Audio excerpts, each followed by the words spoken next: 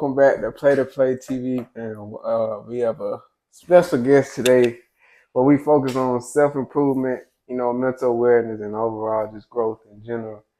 And today's guest we have today, I think he explored self improvement on all levels, as you could say, from an athletic standpoint. Um, Kennesaw State's running back, you know what I mean, Spalding High alumni, Yes, sir. rushing record holder in a single game, Right. Yesiah Clemons. Sir, appreciate you for having me, bro. Man, I appreciate you for gracing us with your time today, though. Sir. So starting out, bro, I just we like to check in, bro, mentally, just to ask how you are right now, like mentally, physically, like where you are right now today. Right. Mentally, I feel good. It's a lot of stuff I've been battling with growing up.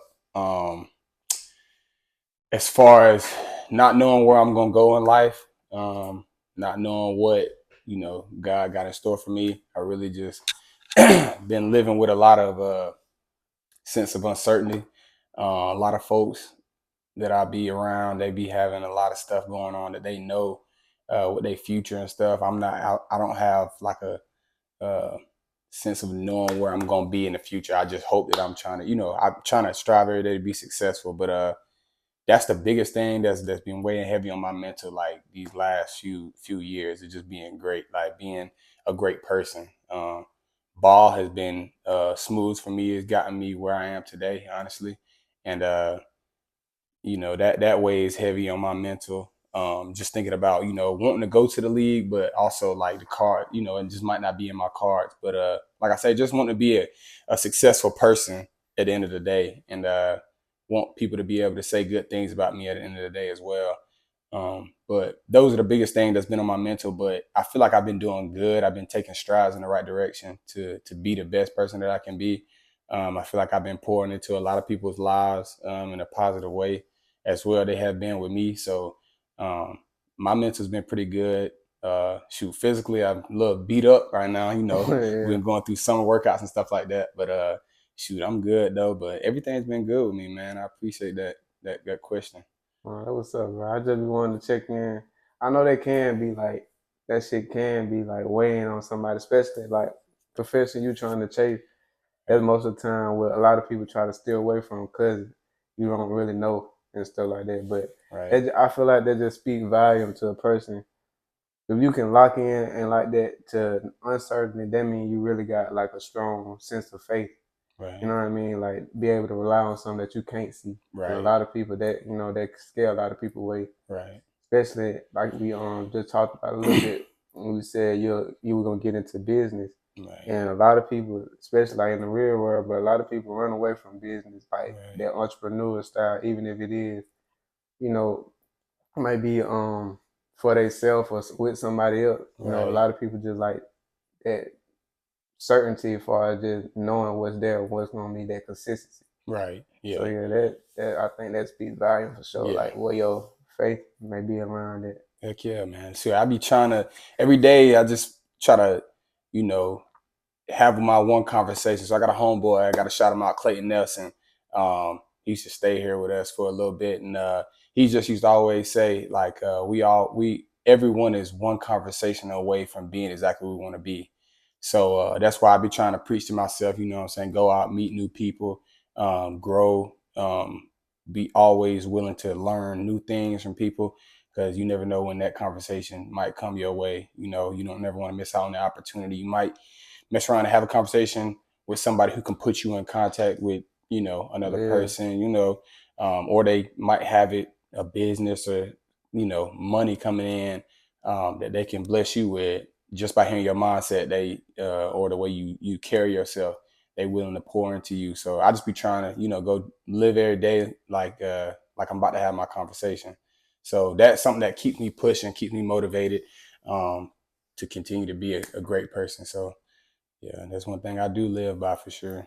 Bro, that was something though, bro. And you right though. That one thing that I'm learning too, like especially being like just, experiencing different things and stuff and like it really I done seen shit where like this person don't have this type of experience or this education, but just because he know that person, he'll shoot up over everybody and get Right. that spot. So I think really life really is about who you know. You know, Right. a lot of times, yeah, you like experiences and stuff that kind of tie into, but like getting there, just getting started, bro, it is coming from a networking field. So Right. For that sure. is good that you focusing on that shit though, for sure. Sure. So going back, we're gonna take it back a little bit, starting from like you mentioned a little bit earlier about your things that you kind of dealt with. So how was your, you know, you from Griffin, Georgia?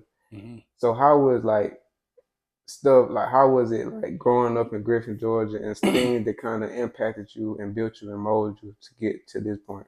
Right. Shoot, I'm very blessed and thankful to come from Griffin, Georgia. I know a lot of people, say a lot of negative things about Griffin, but I'm glad that I came from. I'm glad I had the upbringing that I did because I didn't come from lavishness. I didn't come from doing a lot of things in my childhood, but I did get to experience what it was like to be a child. Getting it out the mud. I always knew had you had to keep that motivated mentality to be great. And to strive to be a better person. But shoot, growing up, it didn't seem hard. As a kid, you never really know whenever times is hard. Your parents try to hide that from you as much as they can to keep you being a child. Yeah, But it didn't sink into me until I was probably like in middle school, where I was like, we don't live the best. Um, we we definitely we was going through a lot of ups and downs financially. It was just my mom taking care of us, but she had us living right. We used to live in apartments in elementary school and made a transition, um, crazy enough, in probably like second grade into a house. So it started to feel like life was going good, everything was smooth. But like I said, we had a bunch of bumps in the road. In middle school is when I realized, like, man, like we don't really have it, as well as I yeah, thought we did, because we couldn't never keep it consistent. But growing up, I was fine with it, and never really like let it get to me. Um, Stuff got hard in high school, like junior year of high school. Just everything got to my mom, um, and she really just couldn't do it no more mentally. Stuff started weighing on her, and we ended up losing our house in mm, high school. And like me, I'm just when we go through stuff like that, I always got like a mindset. I don't know what it is. Like I just really can't cry, and I'm just like in a situation where it's like things are gonna get better. I definitely do get sad, but like I just know like something good is gonna come out of it. Um, Obviously, it's hard to see that in the moment, but I was just trying to keep a good mindset. I would go to school. It was crazy because it came to a time where school was more fun than being going home. Like I didn't want to go home. Like I was at school, like actually happy, and by the end of the day, I was like sick. Like I was like, I gotta go home. But my mom treated us real well growing up. We got a bunch of the stuff that we wanted, but there's a lot of times like sometimes we had to miss out on getting stuff for Christmas. Like I said, not having the best childhood financially, but as far as the memories, man, and being from Griffin, Georgia, I'm very thankful for all the memories going to like the city park as a kid, playing rec ball and stuff like that. That felt amazing. All types of stuff like that. Meeting friends from rec ball. Uh, that's a blessing to be able to go through all that. But shoot, the family that I got as well. I got my dad's side, the Clemons side of the family. They made everything fun as well. Um, that they really transitioned and switched my mindset from because I didn't as a little kid I didn't really care about sports for real. But then finding out I had family members that played ball. My yeah, dad came and he was talking to me about it, and I was like, as a kid, I was like, I ain't really paying attention to it until he actually showed me. Like he showed me pictures. I had cards of my Uncle Charlie. He played for the Saints. My dad actually showed me like little player cards in them. I was like, dang, that's cool. Like I didn't know that. Like yeah, that's pretty cool. So that made me want to tap into football, and that's what really got me into football and what kept me in football. I just knowing that they did it, I was like, why can't I do it? yeah. So, but yeah, man, it's been a long ride, been a long journey with football. Just uh, being from such a small town, being under recruited. But shoot, I'm blessed to be where I am today. I'm really glad for the journey that I've had. Right. Yeah, It took what's so crazy. Like you said, bro. In school, you would never thought that you were going through all that shit, cause the right, way you carried yourself. right, But like, what you like, that was my next thing. What you having your last name, bro? Cause damn near everybody know right, like what your uncles and stuff did. right. Was it in it? Cause I kind of like Trevor. Shout out to Trevor, bro. But Yeah, I kind of got like when me and him would sit and have conversations, and he'd kind of be like, "Damn, bro, like." I even seen it because we played on the Lions together, but it was kind of more added pressure on him because of, for one, because he was already big, but like right, right. who he came, like what, like his lineage and shit, where he came from. So was there Yeah. any pressure on you? Nah, we talking about going to the league and stuff. Yeah, just Yeah, cause of like y'all family in right. general. Crazy enough, no, man. So I'm so glad you asked that question because I've always wanted to touch on it. My dad, shout out to my dad, man, for that. Hasty Clemons. He would always tell me, it's a quote that I'll never forget. He just used to tell me, like, one thing about, and it's my senior quote actually. One thing about Clemons, one thing about being a Clemons is that it don't matter what you do, just be the best at it.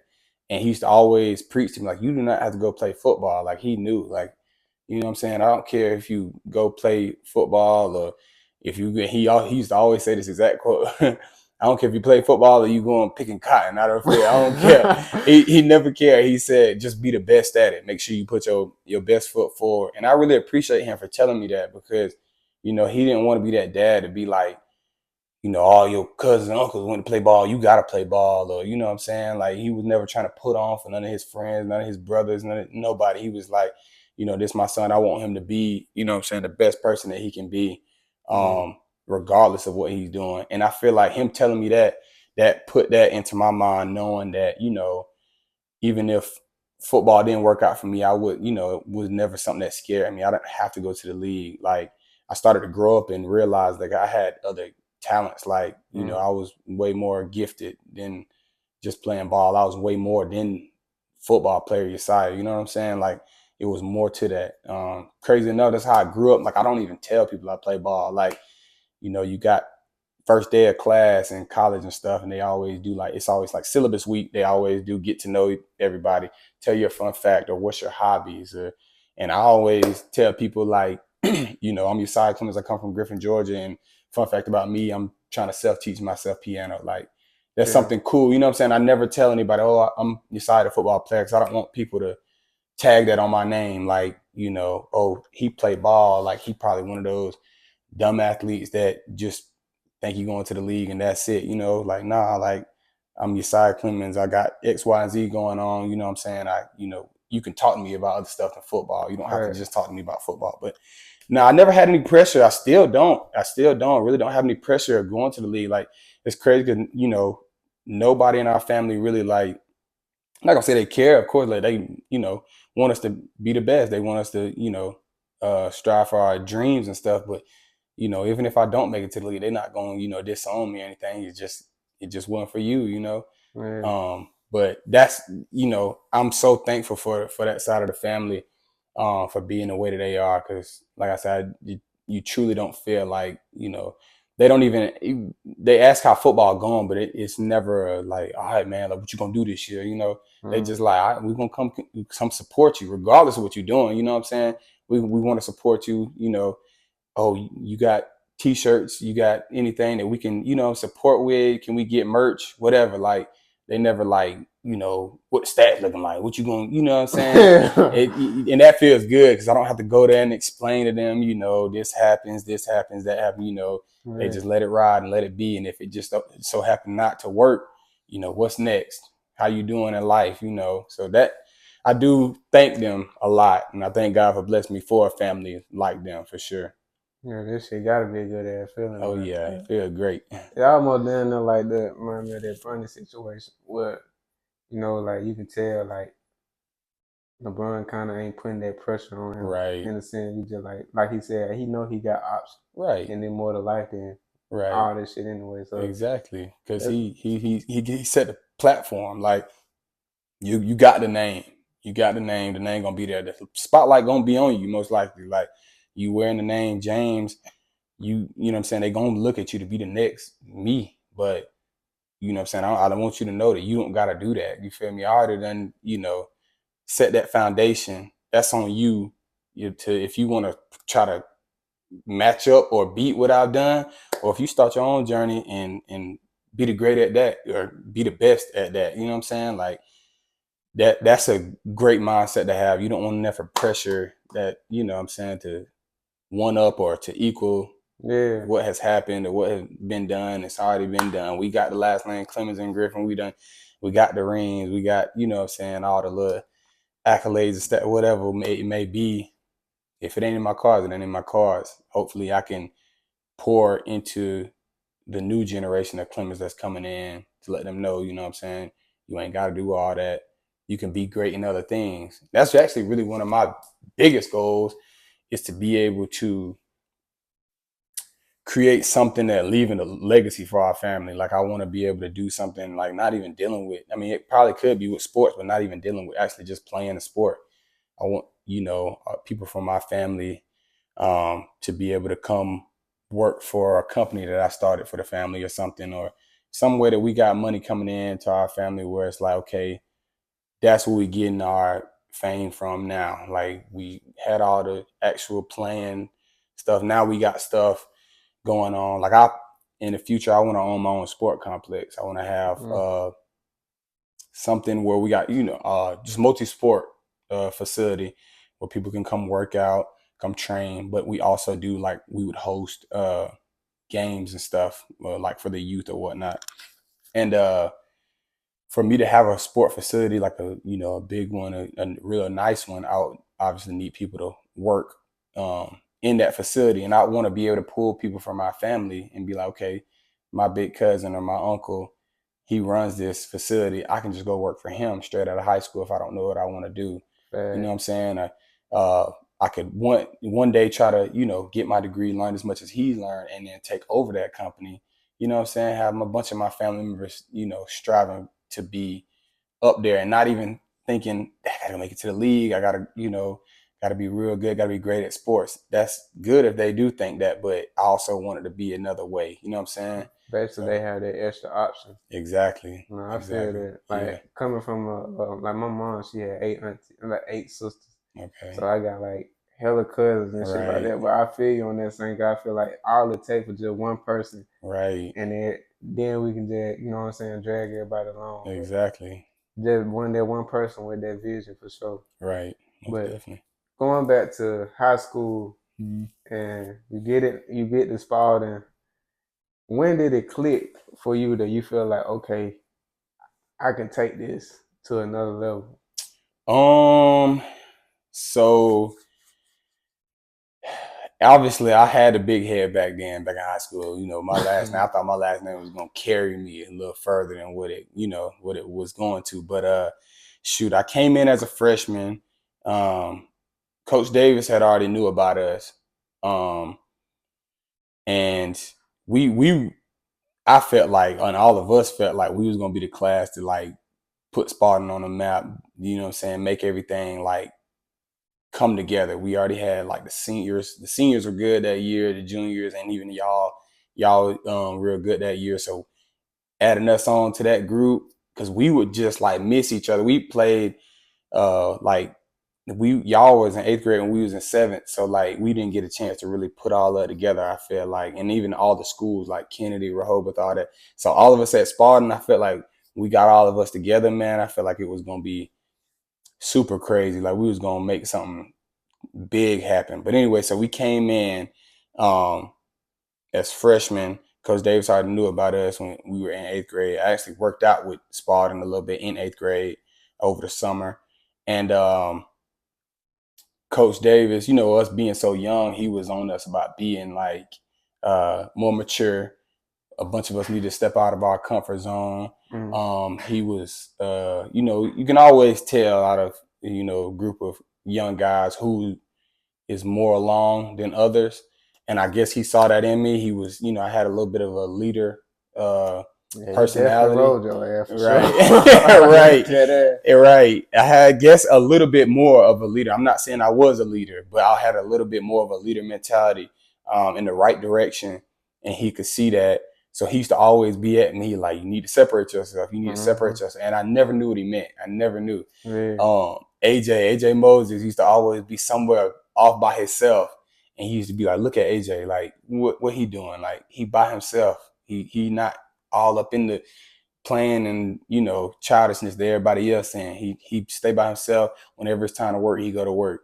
And I used to look at AJ like, okay, like that's just him, like Yeah. you know what I'm saying, like he just such a secluded guy, like Yeah. I'm not there. I like to joke around with my friends. Whenever it's time to lock in, it's time to lock in. I get that, but Right. obviously he saw something that I didn't. So freshman year, like I said, he preached it. You better separate yourself. You better separate yourself. And I guess I was too hard headed to even realize. And I wasn't separating myself as much as he wanted me to, and wasn't applying myself to the game as much as he wanted me to. And he pretty much benched me that freshman year. And he used to tell me all the time, you're supposed to be playing. Like, you're supposed to be getting a little bit in the fold, but, you never would separate yourself. We only had one freshman from our class that started and got playing time, but it was Zion. Yeah. A little bit of Tyrese as well. They used to throw him in there as well. But they were trying to get me in there, but I guess I just couldn't get right. But I guess you could say my sophomore year is when I started to really feel like, okay, like, I'm getting in the groove of it. I was put on the back end a little bit at the beginning at linebacker. I wasn't in the starting lineup at first. I was real sick about it too, because I was like, he just was telling me my freshman year that I was supposed to be playing. I should be a shoe-in for the starting spot sophomore year, but I wasn't. And then, I just, had to pretty much lock in. And I also had to, like, have that next man up mentality.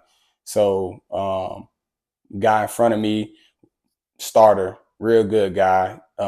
He playing his tail off, but one day at a little 7-on-7 we did in Lamar County, just was having an off day, and they rotated me in, and shoot, I don't even know. I might have had a pick that 7-on-7. I just rotated in, and it was real. You know what I'm saying? It just worked out real well. I didn't miss a beat that day. I was on all my coverages, everything. And I remember we went to go watch film on it one day in the library, and before he started film, he turned around and he was like, some of y'all older guys think that y'all spot can't get took because y'all, y'all here, y'all seniors, y'all on the ride. He was like, nah, because some of the young guys ready to play. And he was like, because as of right now, Yesiah, Clemons, my starting linebacker right now. And I was like, I'm talking about heart drop. I was like, no way. Like, oh my gosh, like that was crazy. Off of one good 7-on-7. Like, Yeah. So from there, I was just like, man, I need to lock in. I need to keep it that way, because he see, a bunch of these older guys are slacking. He encouraged the young guys to come take their spots.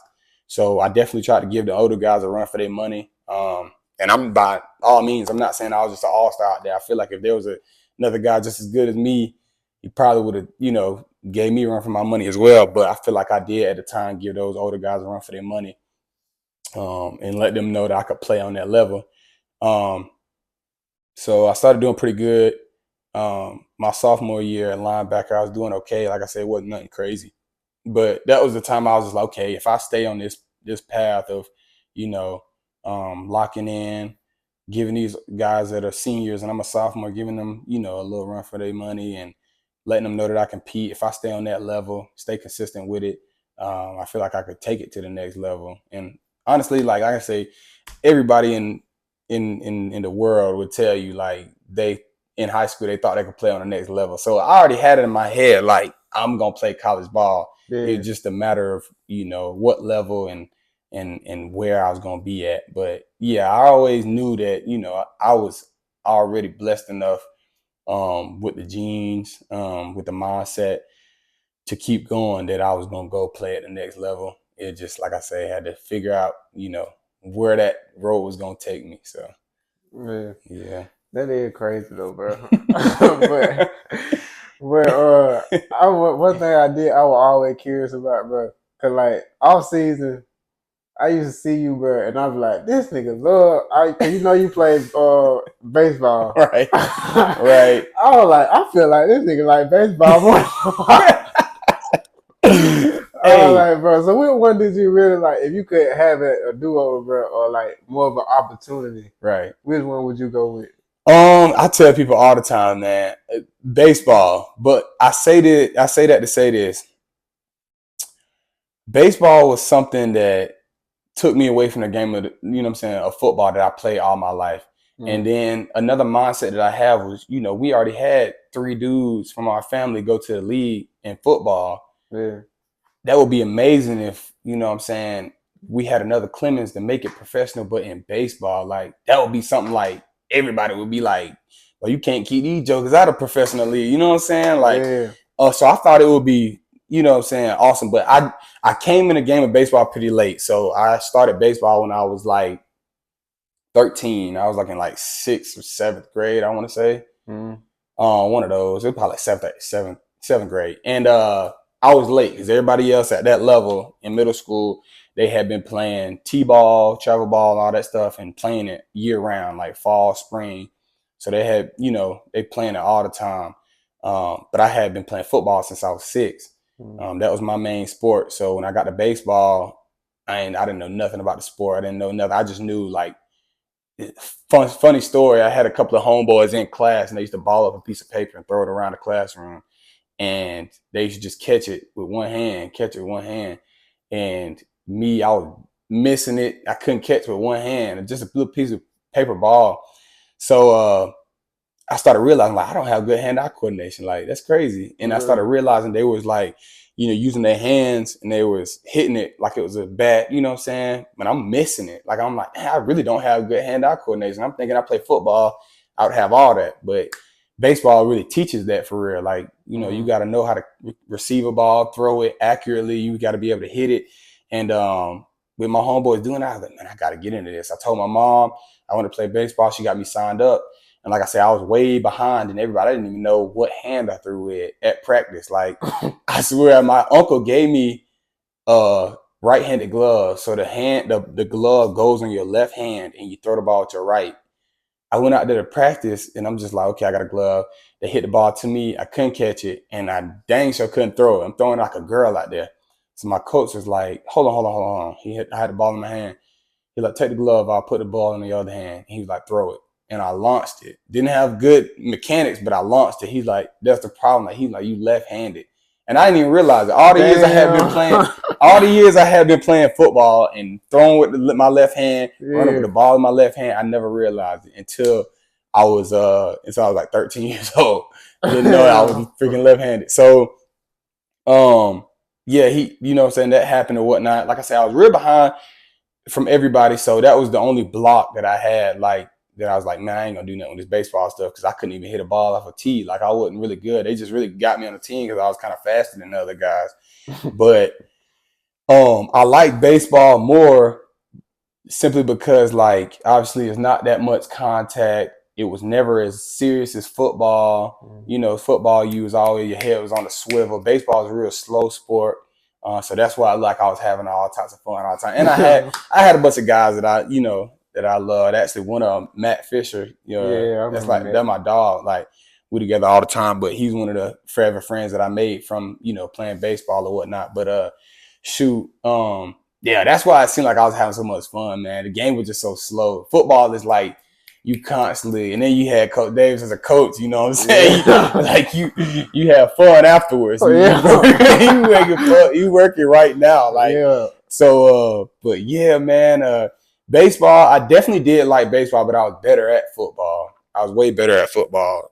Baseball was just more so of like I had potential, like because I'm a lefty. Lefties are like favored in baseball because the ball comes out a different way when it spins. Mm. It messes up right-handed hitters. So if I would have gotten to pitching, and I had started like lifting weights like freshman year of high school. So if I would have mixed the mechanics with baseball and the strength that I was getting from football, Mm. I feel like I would have really started getting some real zip on the ball.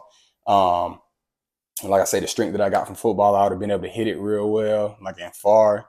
And I'm working on speed all the time, stuff like that. So I feel like the pieces would have came together if I would have ended up, or if I played baseball just as long as I played football, Mm. everything would end up working out. And shoot, I probably would have been a better. I feel like I would have been a better baseball player than football player. But nah, yeah, baseball was definitely a great sport to play, but football was always like it was like I knew I was better at that, so I had to pursue that for sure. Yeah, I ain't never think about it like that from a hand-eye Yeah. coordination standpoint too. Oh yeah, that's why I'm a encourage my children to play all sports for sure because all of them correlate with each other. Like um, basketball teaches you agility and stuff. Like I never played basketball before, but I played with a bunch of guys that here at Kennesaw. Um, they played basketball in high school and stuff like that, and they were real good at it. And I can tell that they run better routes than me. Like they got better footwork, and they like hips move a little bit better than mine. Mine don't move as well. Mm. And I be seeing it. You know what I'm saying? Like it'd be like some guys that I'm talking about my size, but being able to make guys miss a little bit better. Run routes to where the DB can't get a read on their hips for real, all types of stuff like that. But with me, they stuck on me like glue. You know what I'm saying? Because my hip don't move as good as the other guys. So I definitely be realizing the lack of what I'm saying of not playing a certain sport. You could just tell like some people be lacking that hand-eye coordination. You could tell okay, he never played anything that had to do with hand-eye coordination back when he was young.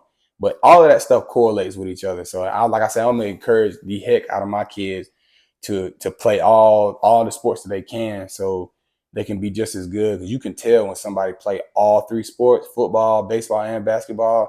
Because they just come out there and they just a freak athlete. Some dudes can jump real high, run great routes, and catch it like it ain't nothing. Mm-hmm. You know what I'm saying? Some quarterbacks can just throw it on the line, have great mechanics, and throw it deep.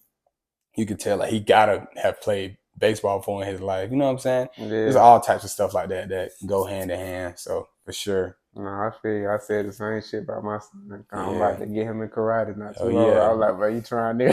Got to. Yeah, Got to. but so moving up, we know how junior year went, Yeah, for sure. but moving up to your senior year, bro, and from like outside looking in, it looked like between you and Zion Mm-hmm. and stuff like it kind of seemed like you were more like, especially on the offensive side, about you were more of a featured player. Right. So how would like going into your senior year in high school, and then what you were playing running back at the time, right? Mm-hmm.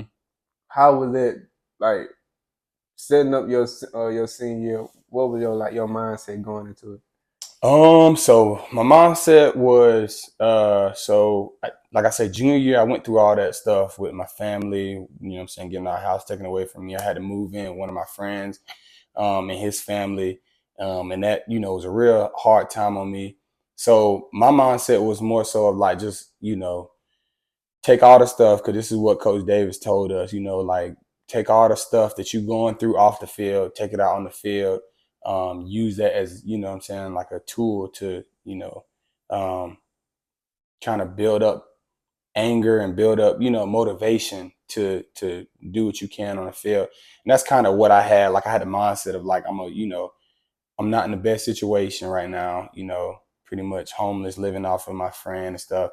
I want to be able to have something to, um, show that I'm actually striving to do something to get myself out of this hole, get myself out of this, what I'm saying, this poverty. I'm trying to, make a way out of my future right now. So started trying to really make plays on the field. Stuff just kind of happened. By all means, I'm not an all-star at all. I wasn't out there like, it wasn't like if we down bad, get a ball to Clem. That was not me. But I just knew I wanted to make something happen. I wanted to make plays, and just keep at least trying to help the team win. We did not do very good that season, but my mindset was definitely to be a leader on that team. I wanted to lead in the right way. And get recruited. Shoot, I didn't have no offers coming out of high school, but I dang sure wasn't getting recruited in high school. So I had that mindset of like, if I'm good enough, they're gonna come find me. I didn't have that mindset of going to, look for offers or going to Twitter, all that stuff. I wasn't doing any of that. I was just like, they're gonna come find me. But yeah, that was my mindset going into senior year. I didn't really have no huge expectations. I didn't have any like um, goals. Like I didn't have like, oh, I'm gonna hit this many yards, I'm gonna hit this many touchdowns. I just wanted to go out there and make plays and just get seen. Um, Zion had already been established. All of us on the back end kind of hope that having those schools come to see Zion, if they see us ball, maybe, Get that exposure type exactly, shit. get a little bit more exposure. So yeah, my mindset was just more so just going out there doing what I can. Yeah.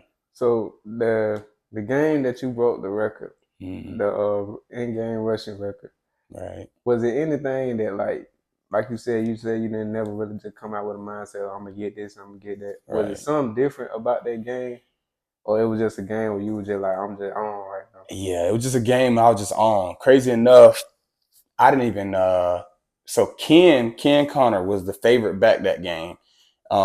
Which he was the favorite back the whole season. He got more carries than me. They looked at me so so Damn, much, I ain't yeah, so much of a. I was looked at as like a bigger body. He's small, little scat back type guy. If you get him a little crease, he gonna get up through there, and he was a real tough runner, mm-hmm. being as small as he was. So they wanted him to get the ball more. I mean, Griffin game, he was getting the most carries. I wasn't really getting the ball like that. I definitely wish I could go back and just tell Coach Davis, like, give me the ball, on certain situations. But like I said, I didn't have that mindset. I was definitely a developer back then. Like I wasn't a guy that you could just trust with the ball every time. So, but that game, no, like I said, Ken was the favorite back. He was getting the ball like it was like the first 2 or 3 plays of the game.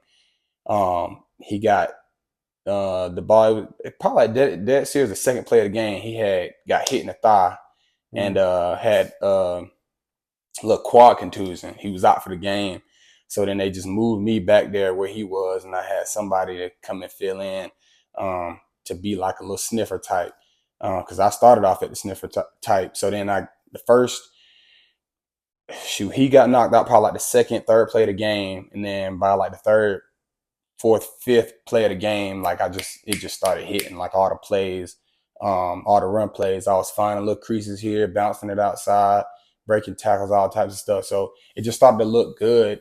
So honestly, like it's crazy to think about that record very well could have been Ken's, like very well. But like, because that game we just running all over them boys for real, for real. But since he was down, I came up and like I said earlier, like that next man up mentality. Like, all right, Ken down, I gotta start getting these carries. So then once I started getting the carries or whatnot, I wasn't thinking nothing of it. But then, bro, like that was probably my best and worst game of my life. Like, swear, because bro, and I still struggle with it sometimes. After I fumbled one time, and I think I might even he was just crazy. Like they were so soft, but like dude just came and hit me and got a good lick on the ball. Ball pops out. I think they might have fell on it that first time. And ever since then, I'm talking about just sick. And now it's crazy to me. And it's a mind thing for sure. Like your mind is one of the strongest, things on you that you got, man. I'm telling you. But junior year, we did not have a running back coach. We had Coach Deck, and Coach Deck used to just, tell us stuff here and there. He never really like harped on a whole bunch of stuff. But it wasn't just like a real, on your back type of coach. Yeah. And I didn't fumble one single time junior year. Like nobody was really over me saying, like, protect the football, don't fumble, all this stuff. Come senior year, we had Coach Gilbert, Mario Gilbert. Oh, that's it. No bullshit. He do not play. He don't play for one, and two, he played running back. He was, one of the best running backs to come through Spalding and Griffin, the city of Griffin in general.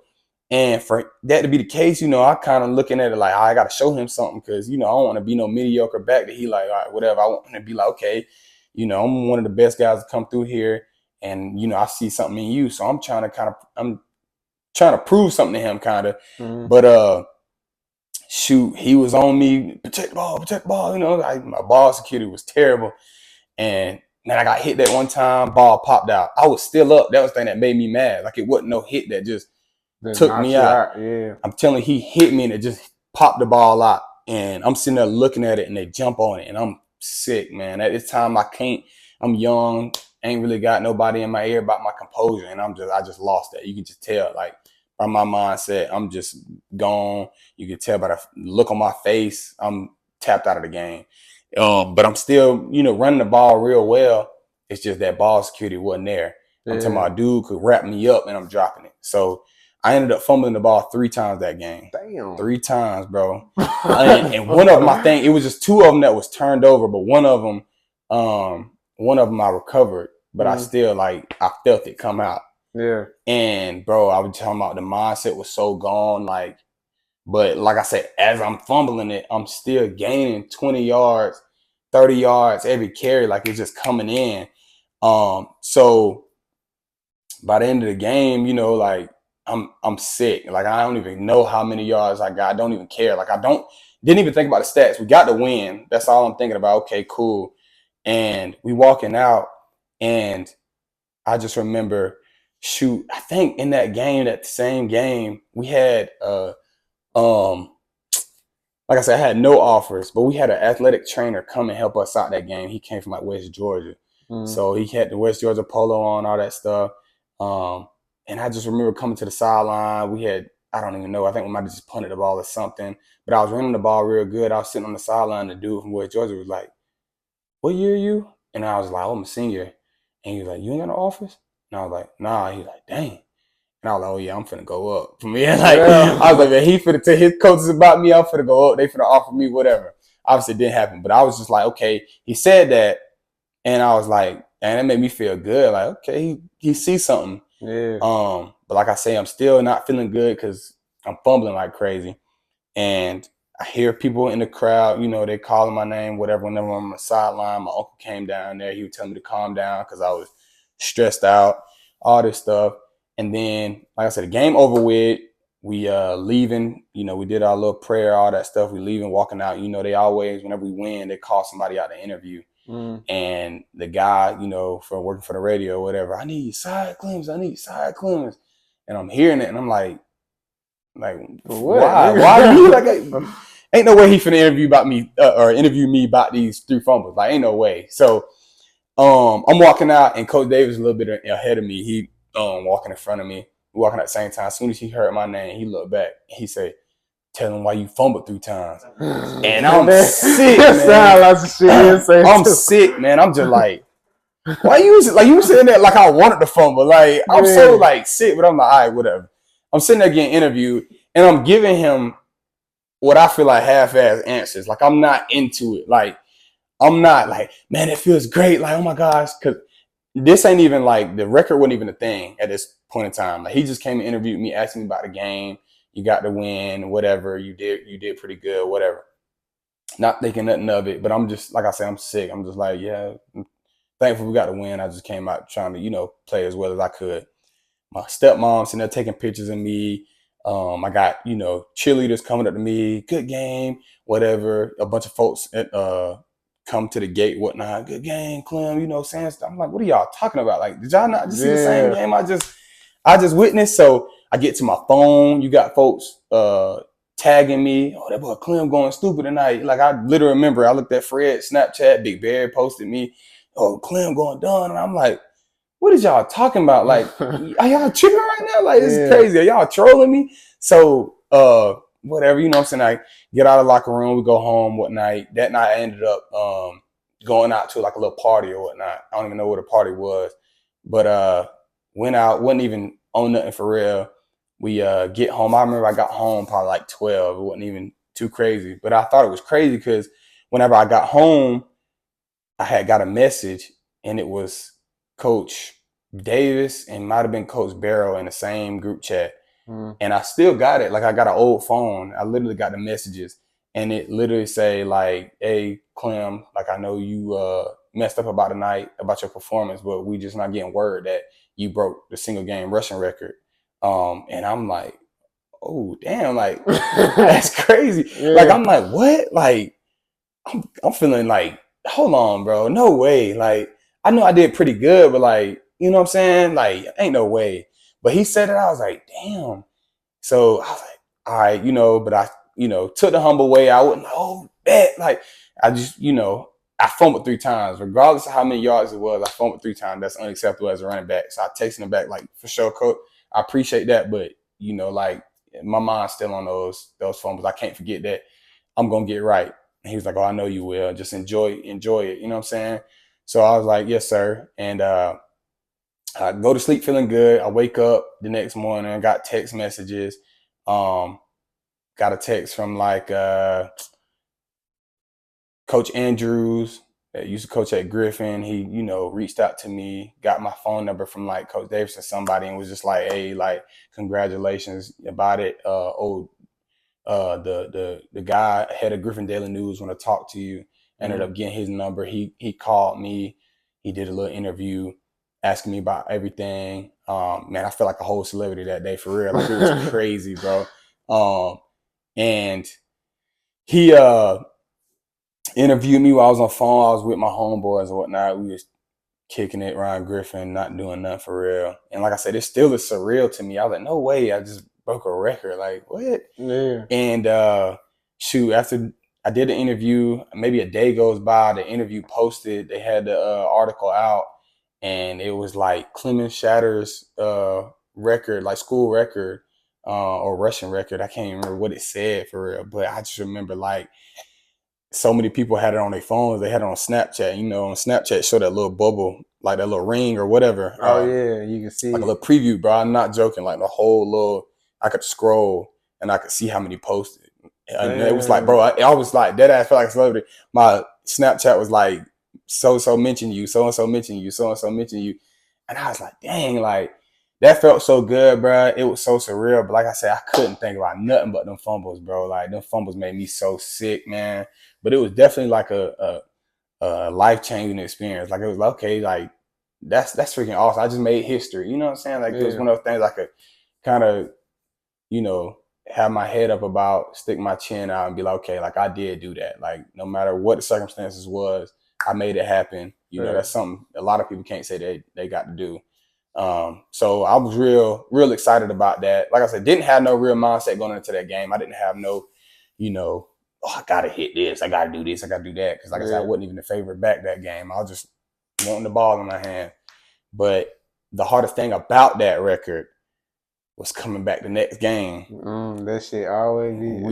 We had Fayette County, and I finished that game with probably like 60, 70 yards.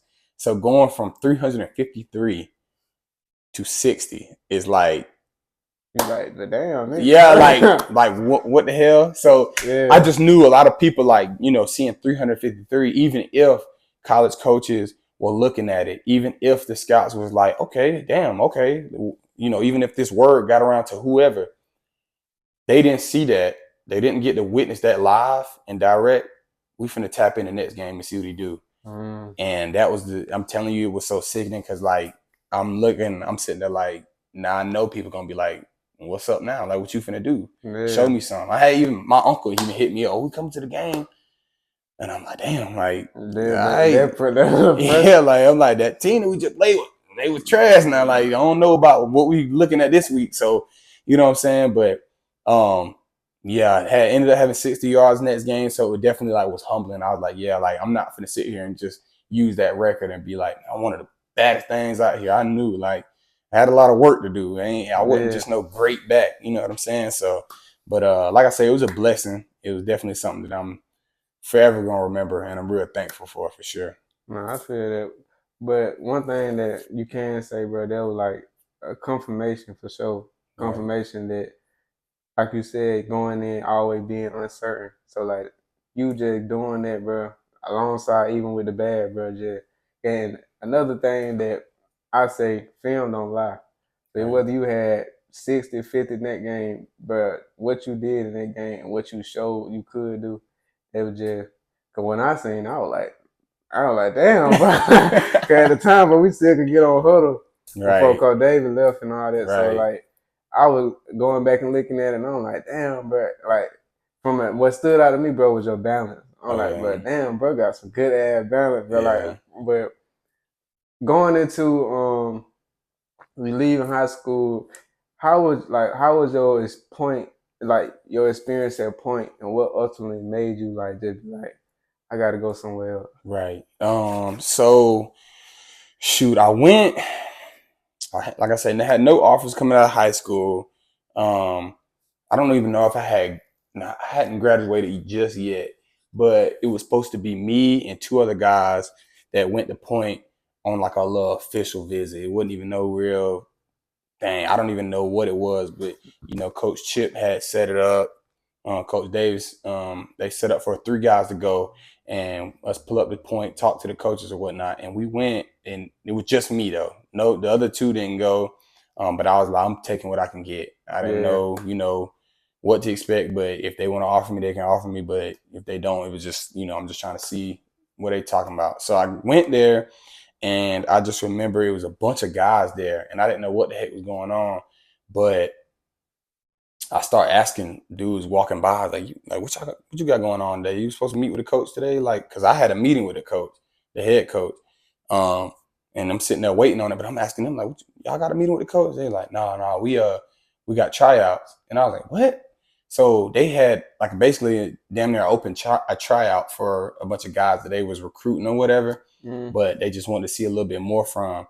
And those guys like literally had a tryout right outside, and I was like, oh hell no! Like I know I ain't finna have to try out. Like I didn't bring no cleats, no nothing. I had a regular old fit on. I'm thinking I'm just got a meeting with the coach. Yeah. But I'm sitting outside his office. He calls me in. He sits me down. He talking to me. He's like, "Look, I saw your film.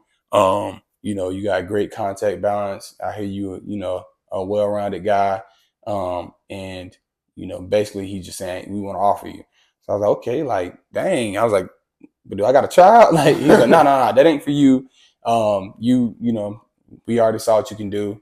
We already heard about you. We want you. So I was like, okay, bet. Like, and I was new to the recruiting process. I didn't know. I'm sitting there asking them dumb questions. I was like, so this an offer? He was like, yeah. He was like, yeah. I was like, so I can post this on Twitter? He was like, yeah. I was like, yeah. I was like, who do I tag? Like, I did not know anything. So I ended up leaving there, talking to Coach Chip on the way there and on the way back. He was just telling me all types of stories about, Griffin High School and stuff. And I could listen to those stories for days. But I was, thanking him for driving me up there because it was like an hour, 15, hour 30 away. He drove me all the way up there just to have like a little 20-minute meeting. And I walked around the little field house for a little bit, but yeah, so I was really appreciative of him for doing that because that definitely is one of my stepping stones. So I ended up taking that offer because I didn't get anything else. I took it, ended up going to Point, and like I said, before I went to Point, I had the mindset, I got to go in. I'm about to play with some grown men now. Like, this is college ball. This ain't not high school no more. I'm playing with guys. I'm 18. They 20, 21, 22. You know what I'm saying? In a hurry. Exactly. That shit. Yeah. And I was like, okay, this is different. This is a different ball game. I got to come with it. I got to, so I'm working out. I'm training, all this stuff. Got my mindset. Like, I'm about to, go out here and show them what I'm made of. And when I got there, things definitely didn't go as planned. I was traveling every week. I was, getting reps and stuff, but they weren't playing me. They didn't trust me enough to play. Like I said, I was a developer back. I was a guy that you had to put time into. I wasn't a guy that could just go in and play. Yeah. But I ended up feeling like I went in better than what I came out. Like I went in with the mindset like, well, I'm finna go, crazy. I gotta, play hard, practice hard, all that stuff. But as I was there, I started to fall out. My mindset wasn't there. I was going to practice just being there. And that was pretty much the mindset. That was the culture of the place. Like nobody had that mindset. Like we was going to do good and all this other stuff. Like we just didn't have a culture for real. It was such a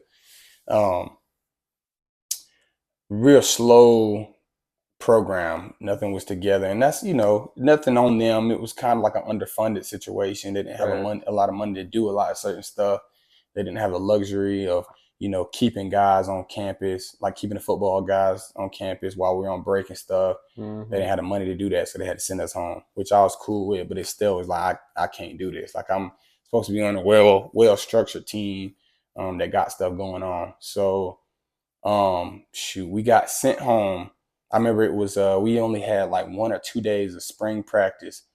This was 2020, but then COVID hit. So literally like right after our second practice, our coach brought us all together. It was a real feeling. Like I literally feels fake thinking about it, but he brought us all together and was like, all right, y'all. Well, we just got notified that we sending y'all home because of the coronavirus is spreading. So y'all got to go home. Like, we're dismissing you guys from school. So I was like, dang, like, oh my gosh. But at that time, I did not like Point. I didn't care for it. So I was like ready to go home. I was like, Dad, like, let's get up out of here. I had a call and a text message from my stepmom right when I got to the locker room. Oh, I heard they dismissed the school. You want me to come get you? I was like, yeah. Like, and she came and got me that day. So, but shoot, like I said, I didn't really care for it. And I felt like whenever we got dismissed for COVID, I felt like that was such a blessing in disguise because I did not want to go back. Like, I didn't want to go back to Point at all. And I remember it got towards the end of COVID, like the end of it, and where they were starting to let us go back to school. And I remember your brother might have been giving me a haircut. I'm not gonna lie. I think he definitely was. He told me a little bit about that shit too. Yes, your brother was giving me a haircut. Crazy. That's crazy. I just thought about that.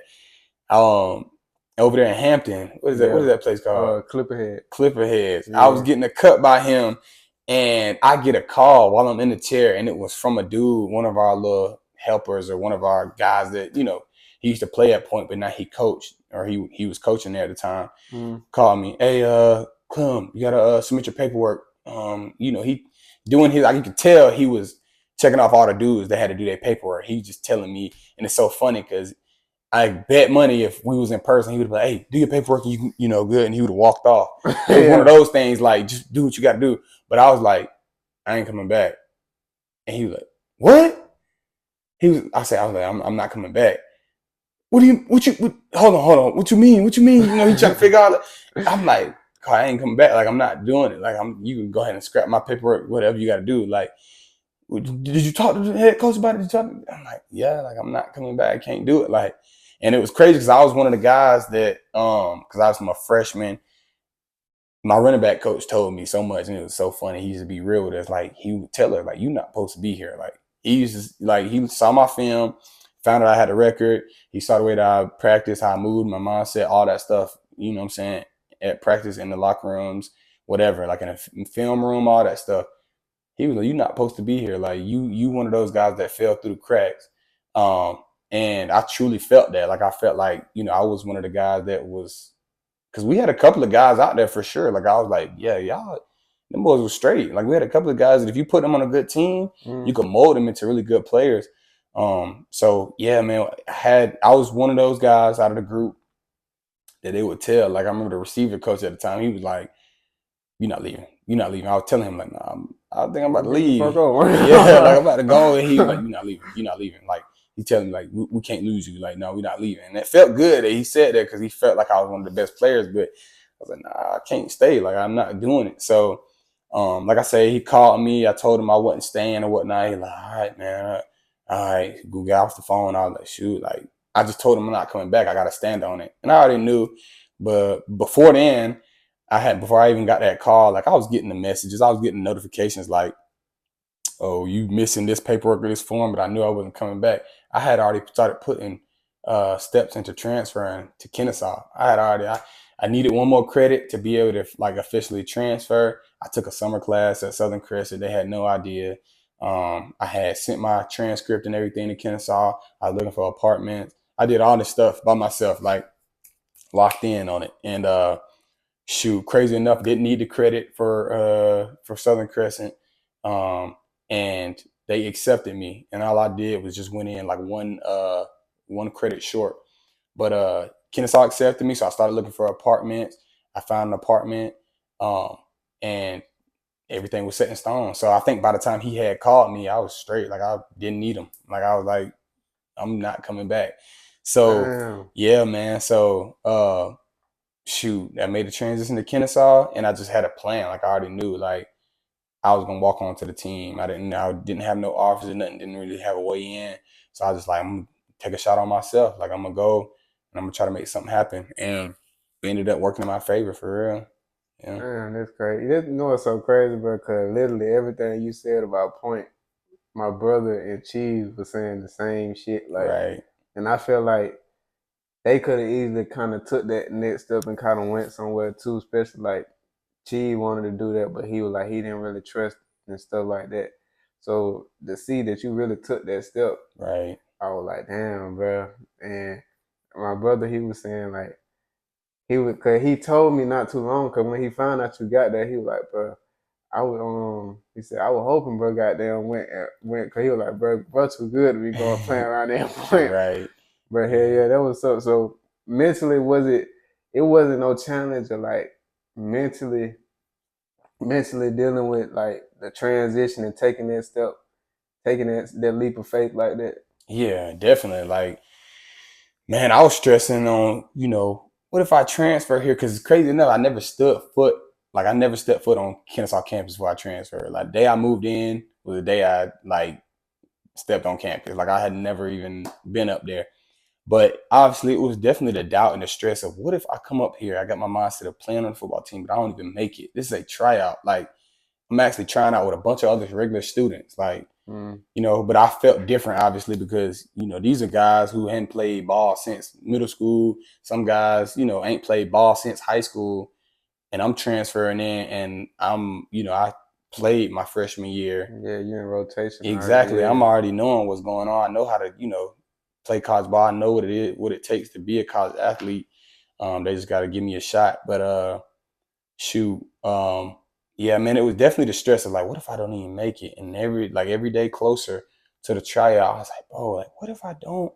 I was so scared. It literally was like, one part of my brain telling me like, man, you good, like you can ball, like, and they know you coming from a college, you straight. But other side was like, what if they see what school I came from and they don't give me a shot? Like, what if they say Point University? Nah, like, so ended up, shoot, and even we had to submit our paperwork for the for the tryout. And what made the situation even worse, due to COVID, they had to push the tryout back because what happened was like they planned on playing in the fall, but their season got canceled or they postponed it to the spring. So they were like, we're not gonna hold a fall tryout because we're not having a fall season. So they were like, yeah, we're gonna push the tryout back. And I was like, damn. So there's more time that I had to sit in my thoughts. Will they even want me? I'm emailing our lady that's in the office, and I'm like, hey, can I like come work out with y'all? Can I do something like show y'all like I can do this? And like, nah, it didn't even work. She's like, nah, you gotta wait to the spring to come to even try out. So I was like, all right, whatever. So I ended up, I was working out, training, all this stuff, and then spring finally hits, and I remember the day like it was yesterday, bro. It was overcast. It was like looking like it was gonna rain out there. I'm thinking we're not gonna have a tryout. I go out there. I'm so nervous. Like I know I got something to prove, but I'm just like wondering if they're gonna see something in me. Like these folks don't even know who I am. So then messed around and we go through the tryout. I hadn't ran and did cuts like that in a minute. And I just remember my knee was so like inflamed. Like that was one of the first times my knee was dead ass like just burning. Like, cause I was like, damn, like doing major cuts on my knee, but like I don't know, I feel like I did good at tryout. I was like, okay, like, I'm good enough to like just get a simple roster spot. I feel like I did smooth, but it still was that thought in the back of my head. Like I was so scared. But they let us know that day if we made it or not. So I remember being in the Commons, or not in the Commons, we were in our student center. And this is where we just, a bunch of students, we passing through. And I was on campus, I was just sitting there. I ran into a guy that I tried out with, and he was like, did you make it? I was like, oh, I don't even know. Like, I didn't, he was like, we got an email. So I was like, okay, shoot, I'm checking, and I'm, shaking. Like, I'm like, this is a simple walk-on tryout, and I'm sitting there shaking. And they said I made a team, and they were like, oh, you got to be in this meeting at such time. They had to fix our schedule, but I made it, and I was just like, it was like a relief because I knew like once I got a spot on the team, they gonna see why they should have me. You know what I'm saying? They didn't make a mistake. Yeah. So, shoot, I had a bunch of people in my corner saying like, good luck on the tryout, all this stuff. And I told my bonus parents, what I call them, Matthew Fisher's parents. I told them like, if I make the team, I'll get y'all a shirt from Kennesaw. And I surprised them.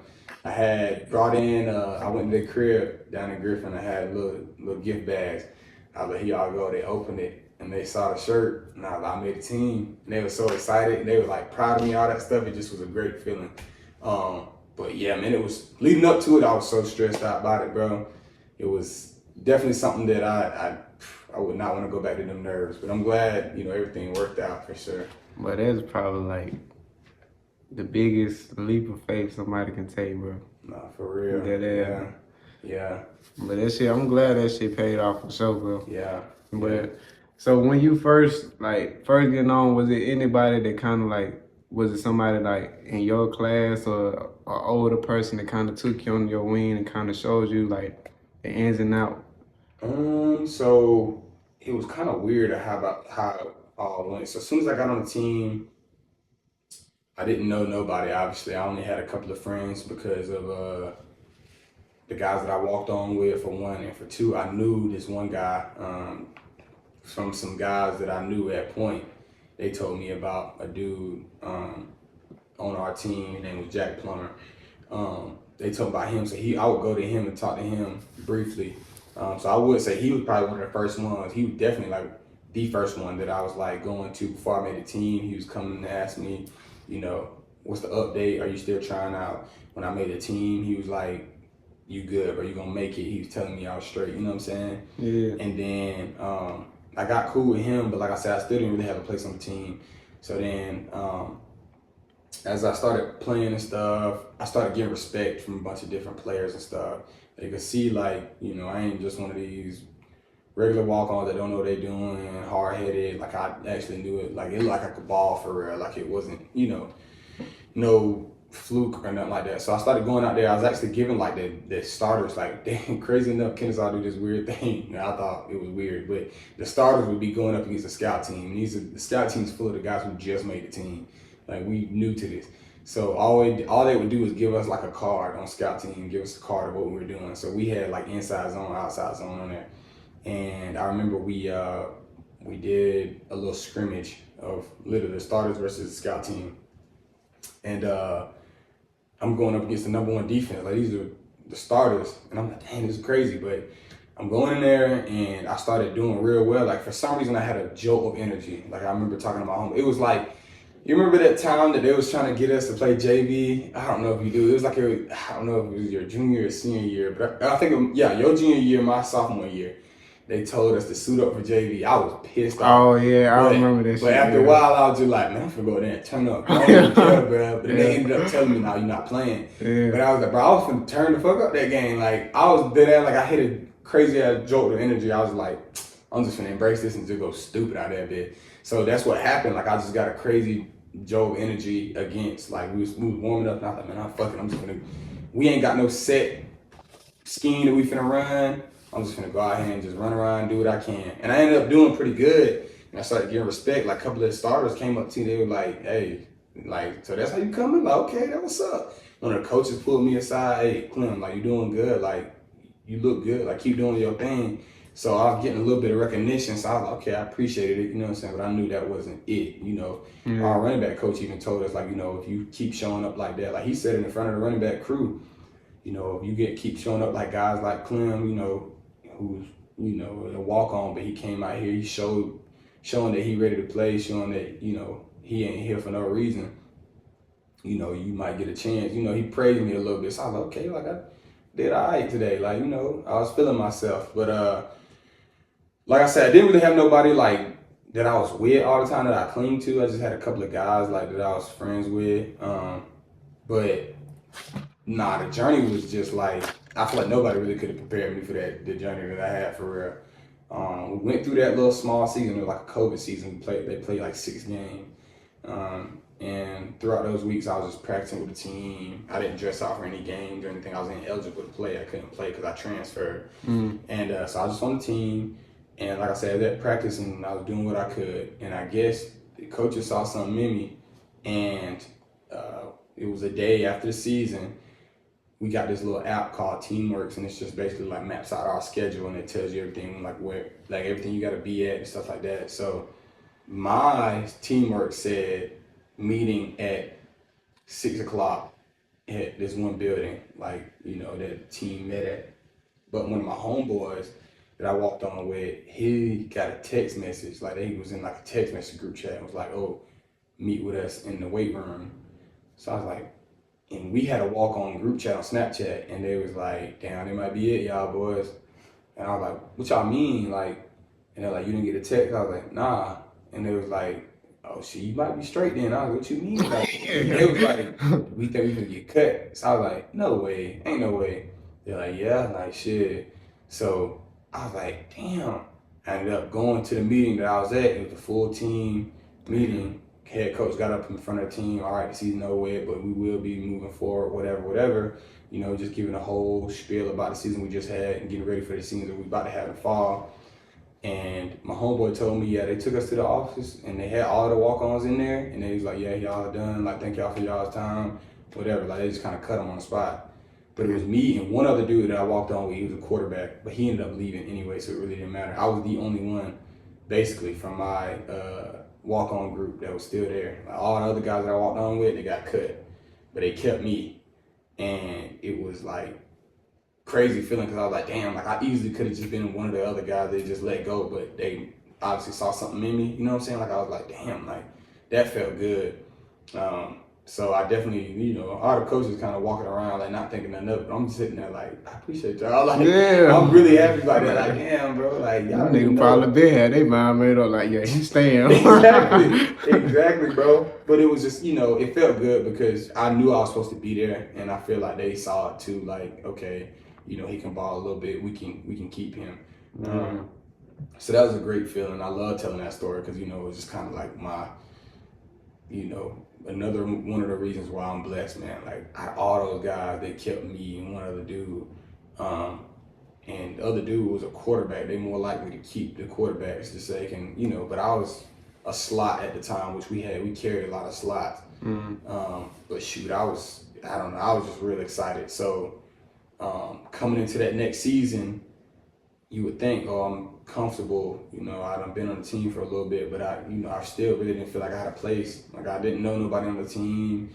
I didn't really have a friend. They just cut all my homeboys. So I was like, damn, all right. So I'm cool. I'm having to get cool with all the guys who already been on the team. So I clung to my boy Jack Plummer.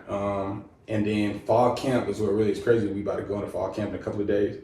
But fall camp is what made me like really cling to the guys on the team because fall camp is just 2 weeks of straight football.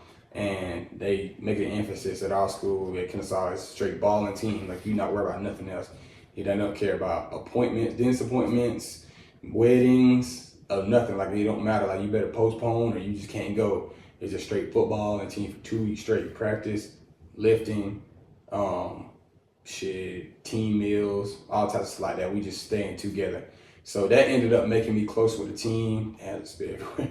But they just made me close with the team. I got real cool with Sonny Smith. That was my dog. We used to always be together. Isaac Foster, a bunch of guys that I was just like locked in with. We ended up having like a little like every night in the hotel. We used to like go out to the balcony and chill. We had like an hour of downtime.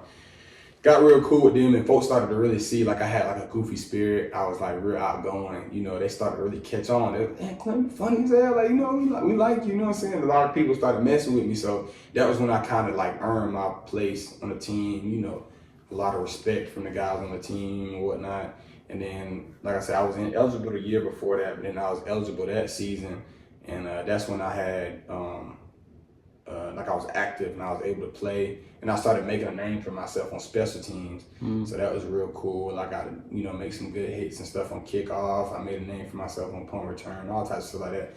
By the end of the season, I was pretty much starting on all special teams, and that was like somewhere like perfect, exact place where a walk-on want to be. You know what I'm saying? I don't have to necessarily be in the fold on offense, but special teams, they always tell you like special teams is the most critical part of the game.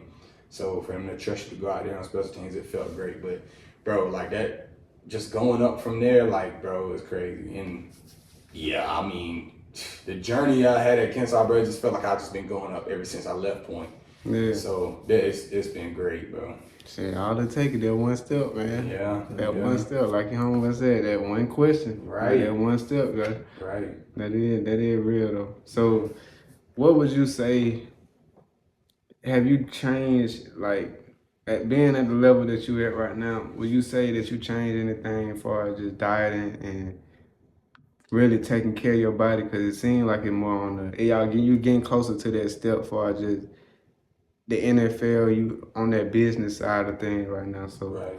is there anything that you changed, like health wise, or just to really prolong your body, whether it's dieting or the way you change up your workouts or anything like that? Right. Crazy enough, no, bro. Like I live with a personal trainer, and he does do meal preps. I tapped in with him for a while, but man, other than that, I don't like that whole nutrition stuff and working out. That is not my like forte. Like, I swear, I don't even like working out for real like that. I like, especially by myself. Yeah. I work out with like the team, and I'll be, once I get in the rhythm of the workout, I'll start eating it up. But other than that, by myself, I can't. But nutrition, I haven't even, bro. I've been eating so bad, it's not even funny, bro. Like, I swear to you. But they do make sure that they pay attention to stuff like that with our football team, how much you weigh, how much you should be weighing and stuff like that. But also we train a lot, so like it's kind of to the point where like it don't matter how much I eat, I'm gonna end up running it off, working it all off, So I couldn't really speak so much on nutrition because I am terrible with it. Like, it's not good at all. But I do, like I say, live with a nutritionist, and he be trying to get us right. He be telling us a lot about, the stuff that we should be eating, all that stuff. And I tapped in with him for a while with his meals. I need to hop back on it, but no, I have not. Take care of my body, man. I be trying to go to rehab and stuff like that to take care of my body and stuff like that. But that's when I'm like feeling real bad. Yeah. We come from Coach Davis. Well, you ain't hurting that bad. So Exactly. yeah. But I always said, bro, if I just knew half of the shit, cause like once I graduated, I tapped into like all the healthy shit, but I just felt like, bro, if I tried half of that shit when I played, I feel like I would have been a way different player, bro. Right. Yeah. I feel like that too. I feel like if I were to tap into that right now, I'd be a different player. But like, boy, that shit be hard, bro. College be getting to you should be trying to eat, man. Especially when you got this, that, and all that shit. So I definitely can understand, bro, for sure. But what would you say? One thing we like to wrap the interview up with. First, I want to ask you though, how do it feel being in the actual game, man? being in the game, dog? It's definitely a surreal feeling. Like, that's one of the things I can like check off my list of what I always wanted since a kid. You always want to be in a video game. I've always seen my family members like my Uncle Charlie, cousin Chris and Nick. They was in Madden, and I used to play with them all the time. Mm-hmm. So I used to always, want to play with them. My cousin Josh, even he made it on the NCAA 13. But that was back when they didn't put the names. You had to download the names on there. But my cousin Josh was on it. He played for Kentucky.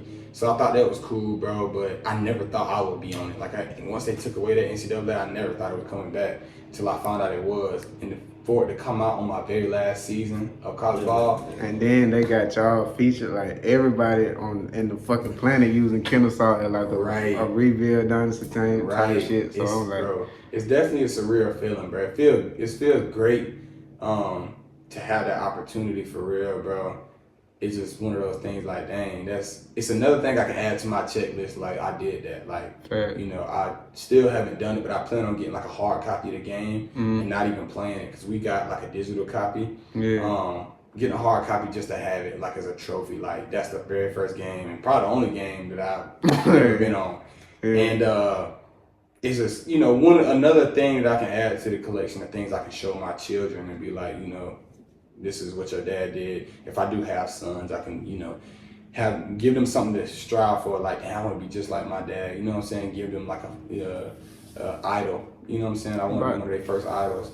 But yeah, bro, it's definitely crazy. I got one more thing goal that I want to hit, and hopefully we do it this year. But get my name on the back of my jersey. I never had my name on the back of my jersey like ever. Damn, I swear, like not even Little League, like nothing. I thought Kennesaw had. We don't have our names on the back of our jerseys, bro. Because we got so many of them, it'll be hard to cause like Oregon,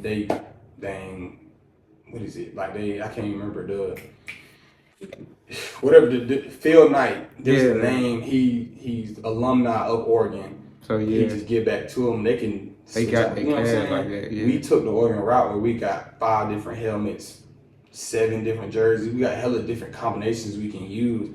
So if you get your name put on everything, like think about it. If we got a gold jersey with black numbers, if we got our name on the back of our jerseys, our name got to be black. But if we got a white jersey with black numbers, our name got to be black. So they have to have